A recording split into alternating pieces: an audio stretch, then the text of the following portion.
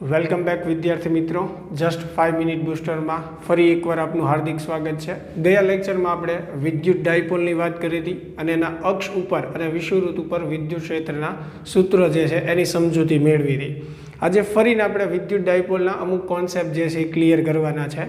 સૌપ્રથમ એ યાદ રાખી લ્યો વિદ્યાર્થી મિત્રો કે વિદ્યુત ડાયપોલની દિશા ઋણથી ધન તરફ દર્શાવાય છે. એટલે કે વિદ્યુત ડાયપોલ સદિશ રાશિ છે અને એની દિશા ઋણ વિદ્યુતભારથી ધન વિદ્યુતભાર તરફ દર્શાવાય. તો અક્ષ અને વિષુવવૃત્ત ઉપર ઉત્પન્ન થતા વિદ્યુત ક્ષેત્ર જે છે એના સૂત્રોની આપણે વાત કરી હતી. હવે માની લ્યો કે ડાયપોલ જે છે એકદમ ટૂંકી હોય, નાની ડાયપોલ હોય અથવા બિંદુવત ડાયપોલ હોય.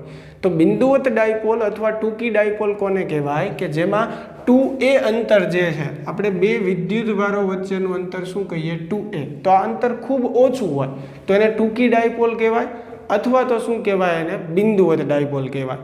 તો એવા કિસ્સામાં ડાયપોલ પર તમે કોઈ પણ બિંદુ લ્યો, અક્ષ ઉપરનું હોય કે વિષુવવૃત્તનું હોય, એ બિંદુના સ્થાન સદિશનો P સાથેનો ખૂણો જો થીટા બનતો હોય, બરાબર, તમે સમજો કે અહીંયા ધારો કે કોઈ બિંદુ આપેલું છે તો આ ડાયપોલના લીધે આ બિંદુ પાસે ક્ષેત્ર મેળવવાનું કીધું છે. તો આ એનો સ્થાન સદિશ તો કેન્દ્ર સાથે જોડ દો, બરાબર. તો આ સ્થાન સદિશ અને ડાયપોલ વચ્ચે જે ખૂણો બનશે એને આપણે કહેશું થીટા.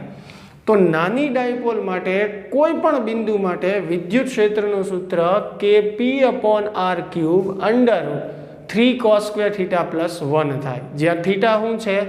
બરાબર, જે બિંદુએ આપણે વિદ્યુત ક્ષેત્ર મેળવવો છે એનો સ્થાન સદિશ અને ડાયપોલ વચ્ચેનો ખૂણો. એટલે એક આ થોડુંક એક્સ્ટ્રા તરીકે સૂત્ર યાદ રાખજો.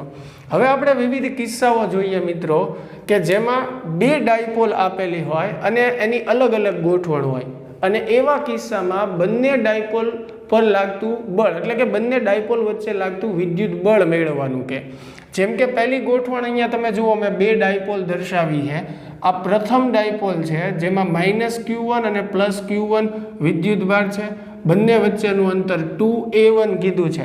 તો આ ડાયપોલની દિશા જે છે એ ઋણથી ધન તરફ, એટલે આ તરફ આવશે. એવી જ રીતે મેં બીજી ડાયપોલ બતાવી છે કે જેમાં -q2 અને +q2 વિદ્યુતભાર છે, બંને વિદ્યુતભારો વચ્ચેનું અંતર 2a2 કીધું છે, બરાબર. તો આ બંને ડાયપોલની ગોઠવણ આ રીતે છે. બંનેની ડાયપોલ મોમેન્ટની દિશા પણ એક છે. તો આવી ગોઠવણમાં જો બંને ડાયપોલના કેન્દ્ર વચ્ચેનું અંતર r હોય તો એમની વચ્ચે લાગતું બળ 6k P1 P2 r⁴ દ્વારા મેળવી શકાય. જ્યાં P1 એટલે પહેલી જે ડાયપોલ છે એની ડાયપોલ મોમેન્ટ જે કઈ રીતે મળશે? 2aq પરથી, એટલે 2a1 × q1 આવશે. એવી જ રીતે P2 એટલે બીજી જે ડાયપોલ છે એની ડાયપોલ મોમેન્ટ, એટલે એ કઈ રીતે મળશે? 2a2 × q2 કરી, બરાબર. તો આવા કિસ્સામાં બળ આવી રીતે મેળવી શકાય બંને ડાયપોલ વચ્ચે જે લાગે છે. પણ માનો કે બંને ડાયપોલ એકબીજાને સમાંતર ગોઠવી છે આવી રીતે.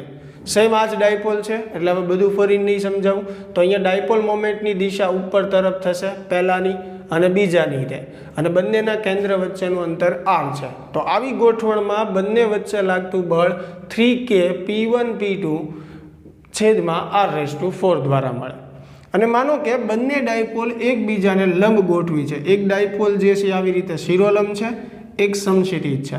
તો આ ડાયપોલની દિશા ઉપર તરફ થશે, આની ડાયપોલની દિશા જે છે એ જમણી તરફ થશે, અને બંનેના કેન્દ્ર વચ્ચેનું અંતર જે છે એ r છે. તો આવા કિસ્સામાં મળતું બળનું મૂલ્ય 2k P1 P2 r⁴ થશે. તો આ ત્રણેય કિસ્સાઓ જે છે એમાં બળ કઈ રીતે મેળવાય એ ખાસ યાદ રાખજો. આની ચર્ચા તો આપણે શરૂઆતમાં જ કરી. હવે જો સમાન વિદ્યુત ક્ષેત્રમાં આપણે ડાયપોલ મૂકેલી હોય તો એના પર લાગતું પરિણામી બળ શૂન્ય થાય, પણ બળ યુગ્મ રચાય અને ડાયપોલ ઉપર શું લાગે? ટોર્ક, એટલે ડાયપોલ ચાક ગતિ કરે. ટેક્સ્ટબુકમાં ભણ્યા હશો થિયરીમાં. તો એવા કિસ્સામાં સમાન વિદ્યુત ક્ષેત્રમાં મૂકેલી ડાયપોલ ઉપર ટોર્ક કેટલું લાગે? τ = Pe sin θ. જ્યાં અહીંયા થીટા જે છે એ P અને E વચ્ચેનો ખૂણો દર્શાવે છે. અને જો ડાયપોલને આપણે ક્ષેત્રમાં થીટા જેટલું ભ્રમણ આપીએ તો થતું કાર્ય જે છે W = Pe 1 - cos θ વડે વ્યાખ્યાયિત થાય. એવી જ રીતે જો ડાયપોલને θ1 ખૂણેથી θ2 ખૂણે ભ્રમણ આપીએ, માની લ્યો કે કોઈ MCQમાં એવું કીધું છે કે ભાઈ ડાયપોલને 30 ડિગ્રીએ ગોઠવેલી છે, 30થી આપણે 60 સુધી લઈ જઈએ છીએ, એટલે પ્રારંભિક ખૂણો 30 નો ગણાય, અંતિમ ખૂણો 60 નો, એટલે આ θ1 થી θ2 નું ભ્રમણ થયું. તો એવા કિસ્સામાં થતું કાર્ય જે છે એ W બરાબર PE cos θ1 માઇનસ cos θ2 વડે વ્યાખ્યાયિત થાય. તો વિદ્યાર્થી મિત્રો ખાસ આ બધા કિસ્સાઓ જે છે એ નીટ છે, JEE છે અથવા બીજા એક્સ્ટ્રા MCQ જે છે એ સોલ્વ કરવામાં ખૂબ કામ લાગશે.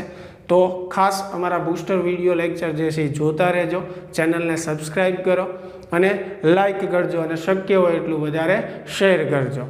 તો મળીએ હવે નેક્સ્ટ લેક્ચરમાં. Thank you.